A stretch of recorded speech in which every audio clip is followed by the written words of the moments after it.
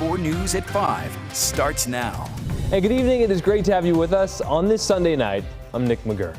We do start tonight with a volleyball match between BYU and Duke on Friday, where an athlete says racial slurs were said to her by a BYU fan. Now, that fan has now been banned from all athletic events. Today, she is speaking out, that player as well as her family. ABC4's Kayla Baggerly is live in Provo now with more. And Kayla, you spoke to her father.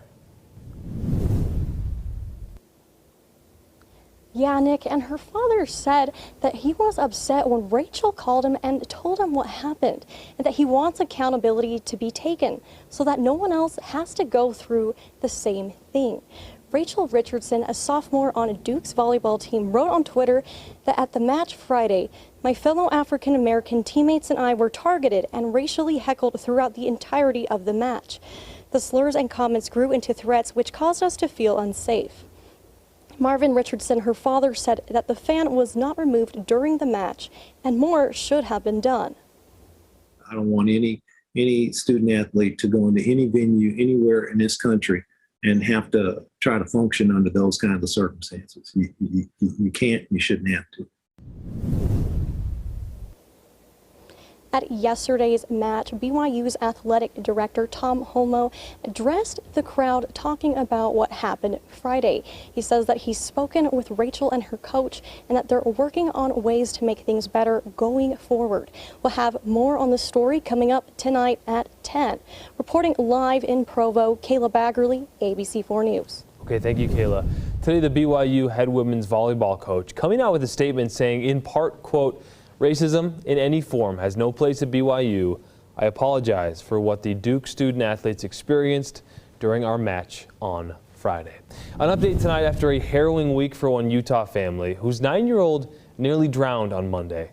Today, the man who rescued a boy named Paxton, they finally got to reunite. So Joe Donnell says it was God's timing that he was out on Smith and Morehouse Reservoir on Monday. When he saw this truck unloading kayaks, it started to roll backwards, and young Paxton was inside. So then Joe jumps in to help. He had to dive down some 7 or 8 times into the dark, freezing water. He couldn't see anything, but he finally felt the clothing, found Paxton, that boy, and helped him out. Paxton's now out of a coma at the hospital and got to meet Joe today. It was really cool. He immediately said Joe, knew my name. We just hugged for, I don't know, a couple minutes maybe. And it was just the perfect outcome to a potentially bad situation. Now, Joe told Paxton he's going to take him fishing as soon as Paxton gets out of the hospital. Look at that hug there. We're going to have much more on this emotional reunion coming up tonight on ABC4 News at 10.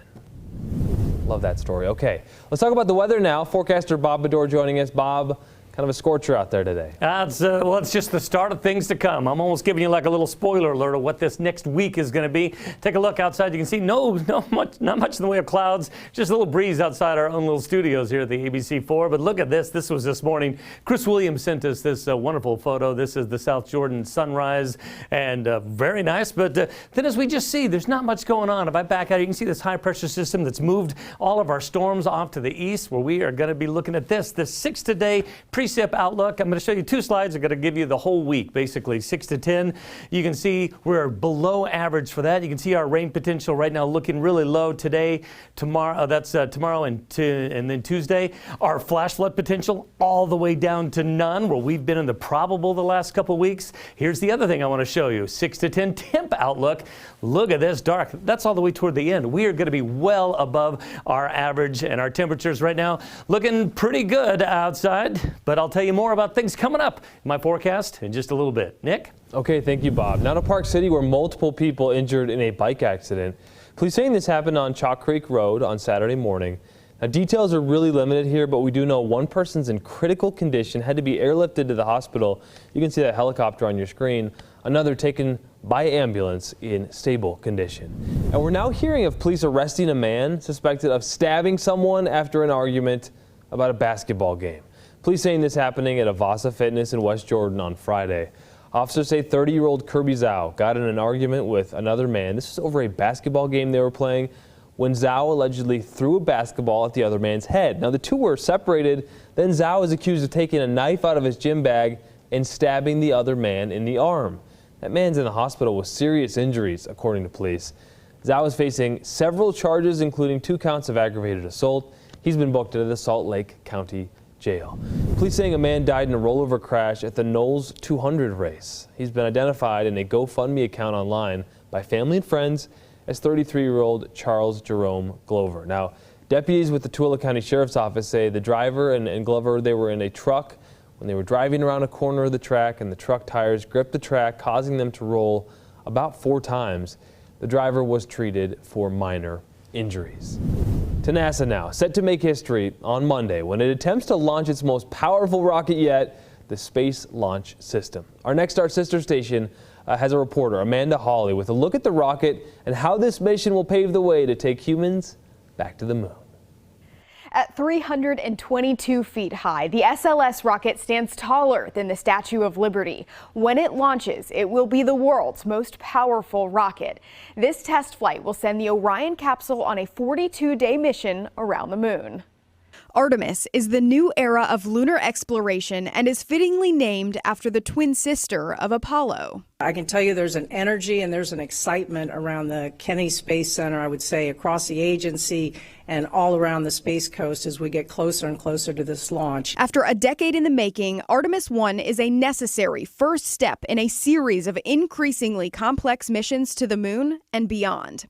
With no astronauts on board, special mannequins with sensors will keep track of vibrations and G-force upon launch.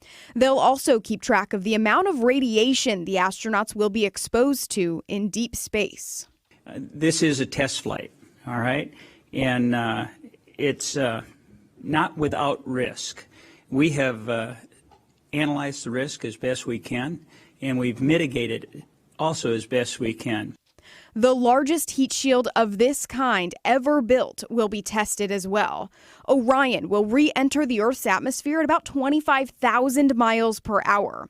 To keep the future crews inside safe, that heat shield will need to withstand temperatures half as hot as the surface of the sun, about 5,000 degrees Fahrenheit. That sets us up for the future missions, which will have crew on board. So Artemis 2, hopefully launching in 2 years or so, plus or minus. That will have 4 astronauts on board going around the moon. And then after that, Artemis 3 and future missions will actually land people on the moon. The first launch attempt for Artemis 1 is Monday morning. The 2-hour launch window opens at 8:33 Eastern Time. There are backup opportunities this coming Friday and Labor Day if needed. Amanda Hawley, back to you. Thanks, Amanda. Coming up, the latest on the raid of former President Trump's Florida estate, why a federal judge is now asking for more information.